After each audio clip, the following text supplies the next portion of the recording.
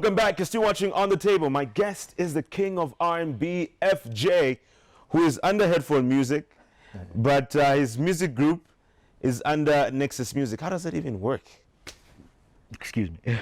So, Urban Hype consists of 3 members, 3 solo members.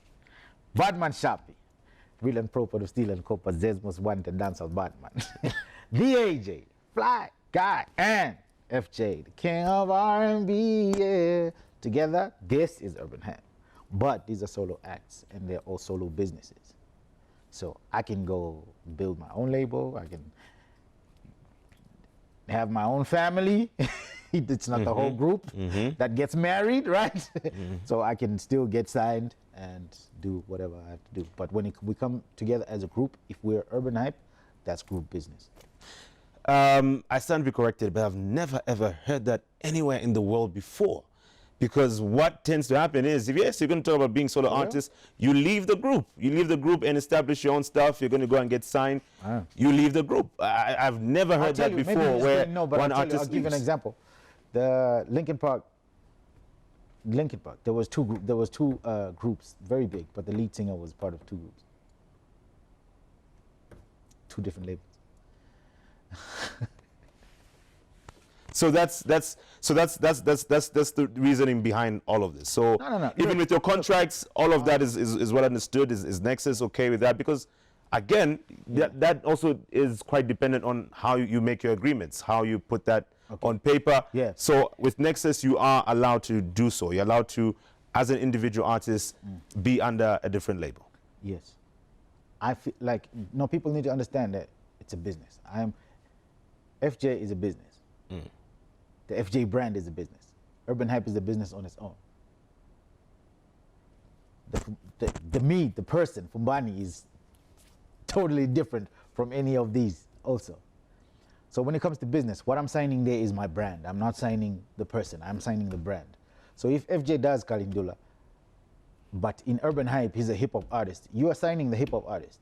So FJ is a slow, lovey-dovey vibes R&B act that when is in Urban Hype, turns up and is a party starter.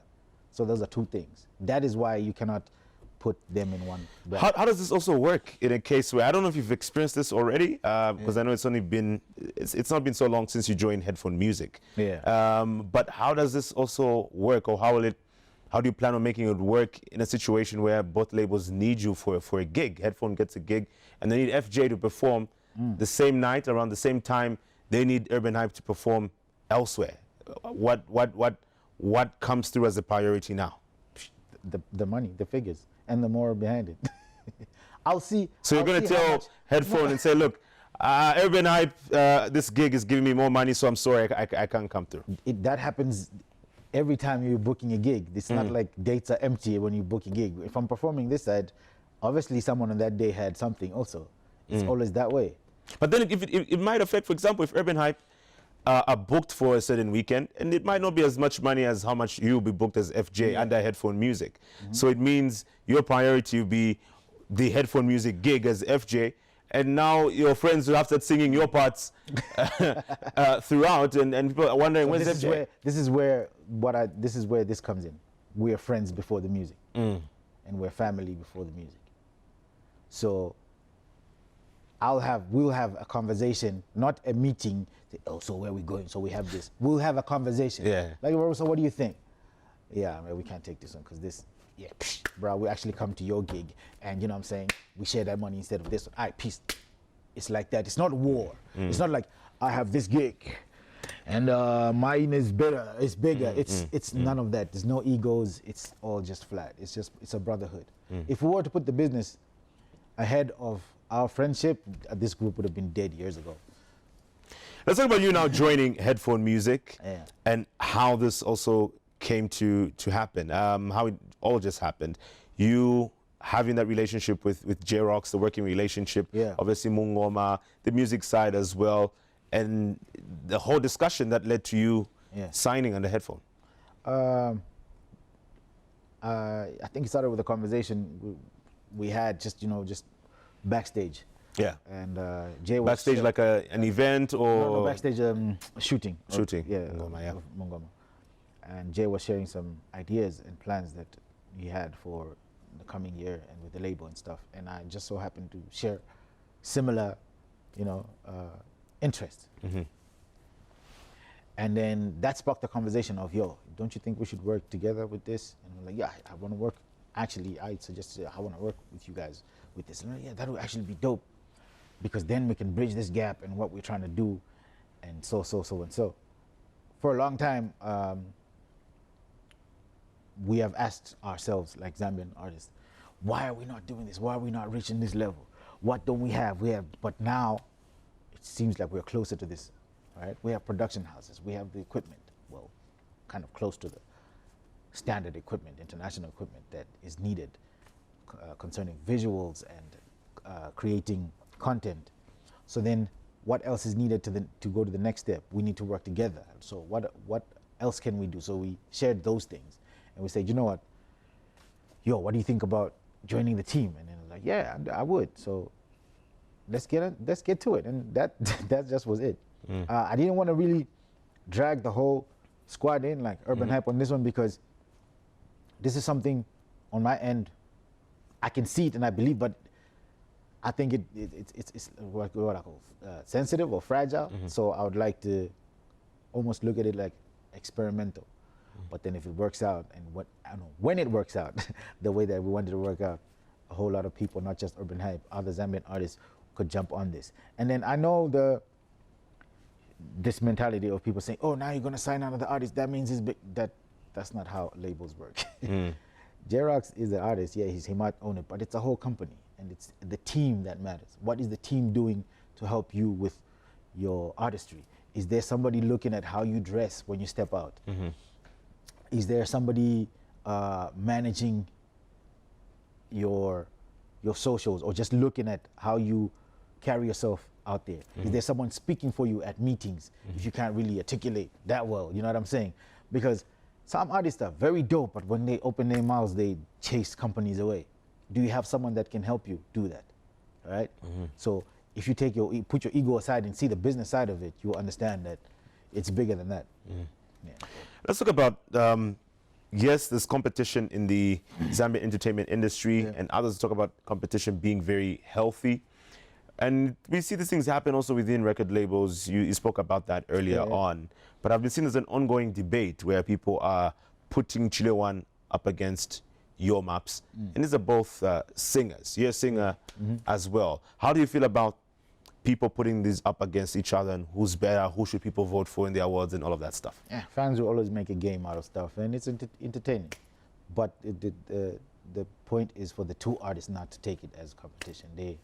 They're part of one industry. Do you think that's been possible when people begin to put you up against each other? Don't you think it gets you're forced to do it? If you're fragile, it gets to you, and you start also leading people towards it, and then people will see it. But then that is usually fun in the game of like hip hop, because that's what it's about. It's competition. But when it comes to stuff like singers and stuff, you touch more people's hearts. You know what I'm saying? Yeah. People take, I don't know how what music does, like singing music does, like sing what they do, but people take it personal, like, you know. So I think it's best to just stay away from it. I was put in that circle, I know, a couple of years back. Oh no, you know, who's the king of R&B? Yeah. Bruh, I'm the king of R&B because I'm king at what I do, not because I'm better than this guy or what. I'm better than I was last year. And that's why I'm king. It's got nothing to do with any other artist. But if you're going to call yourself the king, people will put it in comparison in my realm. That's the thing. And it's good. It helped me in the beginning, because I came out at the time when PJ was on his peak. And I called myself the king of R&B. It touched people's hearts. It was like, how dare you? Yeah. There's Exile. There's all these people. They're the kings. Man, they're the gods. You know what I'm saying? Yeah. But, bro. I hate to put you on the spot, but if your new record label asked you to put out a song with either Your Maps or Chile One right now, who are you working with? It's chemistry for me. I can't really choose. I'll look at the song and see who better fits. It's not about this guy because of this and this. It's never that for me. It's about the song. before the numbers. So If I had it, I would have worked with everybody already because of Yeah. numbers. You know what I'm saying? What's the most happening song right now? I don't know, with Akolaski or something. So we would have already had a song like Urban Hype, you know, if it worked like that. yeah. But I think you have to have a chemistry with the artist or something. But sometimes don't you like call artists saying I need you on this song and Yo, yeah, I got I'd like this to idea. get you Yo, here. Let's work sometime. Whenever you get time, let's work. But Yeah. this is a song, and I send it. so who would you call first? It depends on the song, like I said.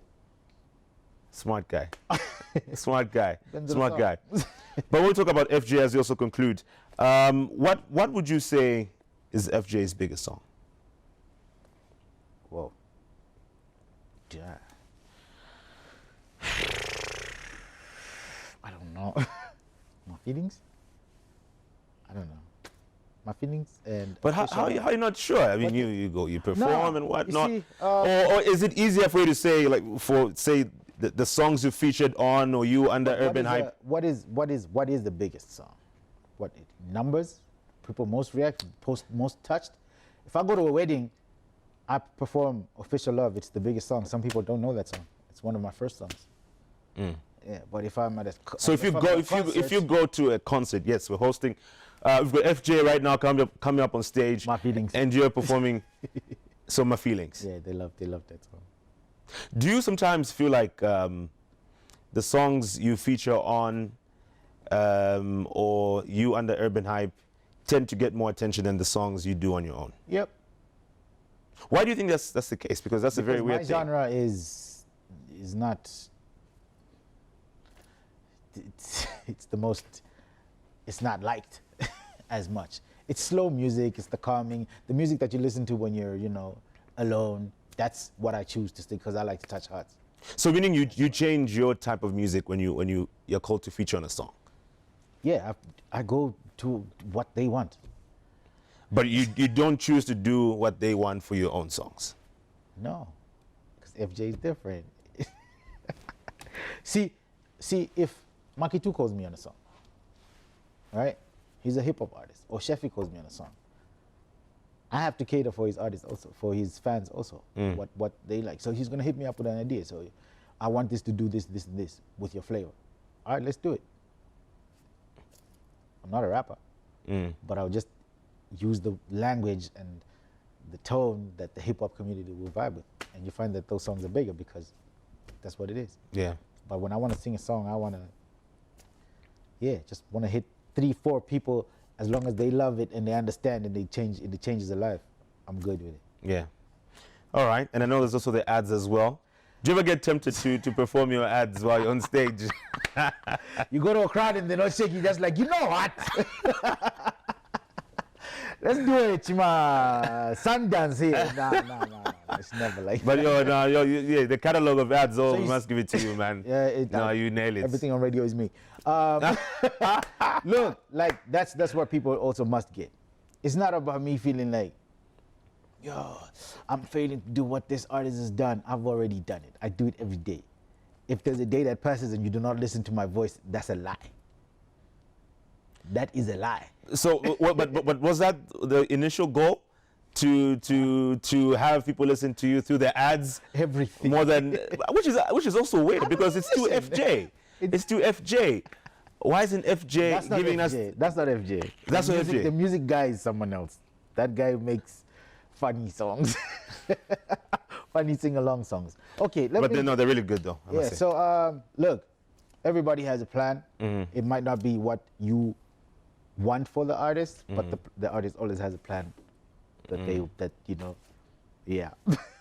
they have on their own. My bank account is not complaining. Woo! Yeah, so